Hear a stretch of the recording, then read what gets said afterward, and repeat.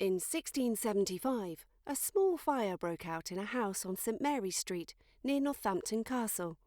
This would have been a fairly forgettable occurrence if the fire had not burnt down almost the entirety of Northampton. Thanks to a beautiful summer, the kind you actively wish for, the entirety of Northampton was at peak flammability due to the major building work at the time being wood. The fire spread rapidly, with some saying it was faster and more ferocious than the Great Fire of London. Not to brag, just a fact. People started to remove the furniture and items from their home to protect them. Now, whilst this may have felt wise, much like the major construction material of the day, the latest household goods and wares were also constructed, in most part, from good old flammable wood.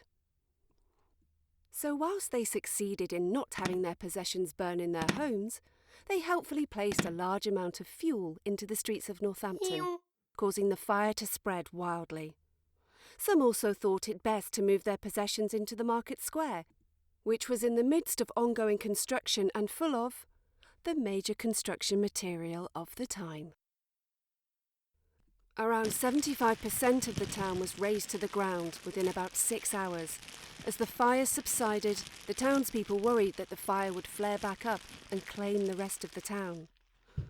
Then 3 rainbows appeared in the sky, and a great downpour landed upon the town, putting out the fires, which Reverend John Conant reasoned as divine intervention, and not a cold front meeting the hot front that had clearly been there from the hot summer.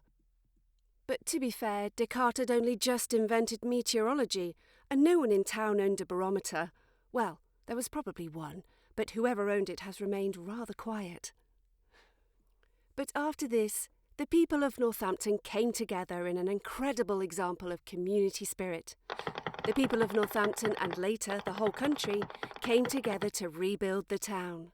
Aristocracy from all the surrounding areas, led by the Earl of Northampton, gave money for the rebuilding, and the king himself donated 1,000 tons of timber. Also, this gave the town an opportunity to rebuild with modern construction techniques, completely remodelling Northampton into a modern world-class town. With writers like Daniel Defoe, no relation, calling it the most handsomest and best-built town in all this part of England, and Celia Fiennes, possibly a relation, saying a large town well built, with streets as large as most in London, seems an odd compliment, but she was popping by on one of her many side-saddle tours of England. So after all this, though the fire may have ravaged the buildings, it clearly left untouched the community spirit and forward-looking vision of Northampton. So I suppose the question this asks is, if Northampton burnt down again, what would it take to bring it back to life? What magic spell would conjure up the town of Northampton